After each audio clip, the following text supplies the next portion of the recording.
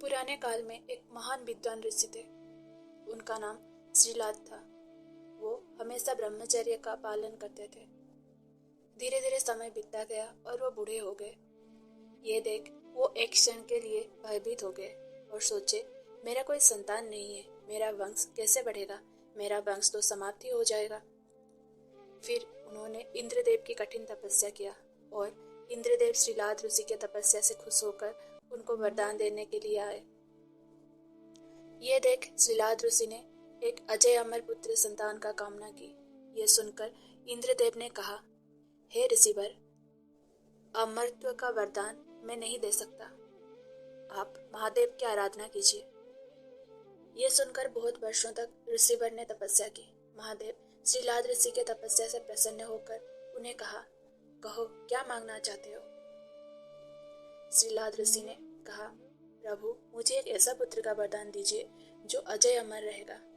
ये सुनकर महादेव ने कहा, यूं तो मैं सारे जगत का पिता हूँ, फिर भी तुम मेरे पिता बनोगे। मैं तुम्हारा अयुंज पुत्र बनूंगा, मेरा नाम नंदी होगा। ये सुनकर श्रीलाद ऋषि बहुत खुश हुए। कुछ दिन बीतने के बाद एक दिन श्रीलाद महादेव के यज्ञ कर रहे थे और उस यज्ञ से एक छोटा सा बालक निकला। श्रीलाद अपने पुत्र को देख के बहुत खुश हुए और वो उसे अपने घर ले आए और उसका अच्छे से लालन पालन करने लगे। जैसे जैसे समय बीतता गया, नंदी बड़ा हो गया और 5 साल का हो गया। 5 साल की उम्र में ही श्रीलाद ने नंदी को सारे वेदों और शास्त्रों का भी अध्ययन करवाया।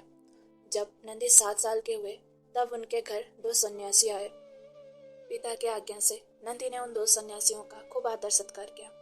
वो 2 सन्यासी श्रीलाद के घर से मिले हुए आदर सत्कार से बहुत खुश हुए और जाते समय ऋषि श्रीलाद को दीर्घायु का आशीर्वाद देके गए, परंतु उन्होंने नंदी को आशीर्वाद नहीं दिया।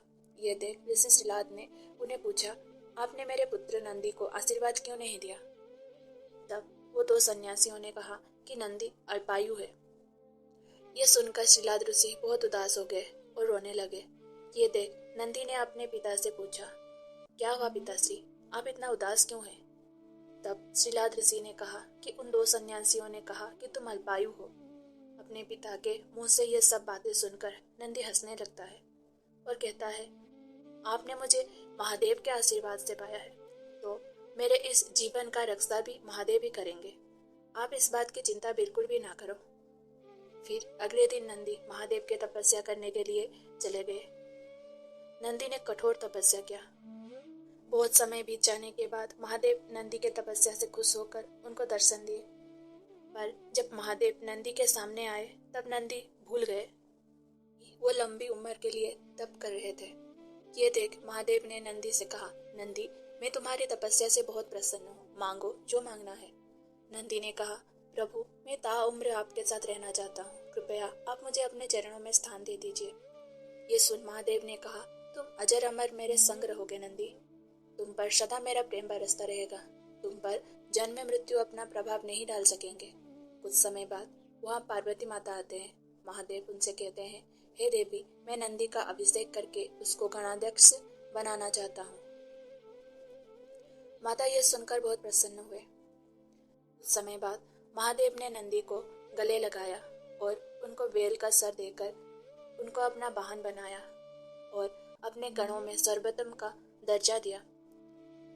और तभी से शिव जी के प्रतिमा के साथ हमेशा नंदी की प्रतिमा स्थापित किया जाता है। ऐसा माना जाता है कि शिव जी तो हमेशा ध्यान में लीन रहते हैं, इसीलिए भक्त नंदी के कानों में अपनी इच्छा बोलते हैं और नंदी सारे भक्तों के बातों को शिव जी तक पहुंचाते हैं। हर हर महादेव।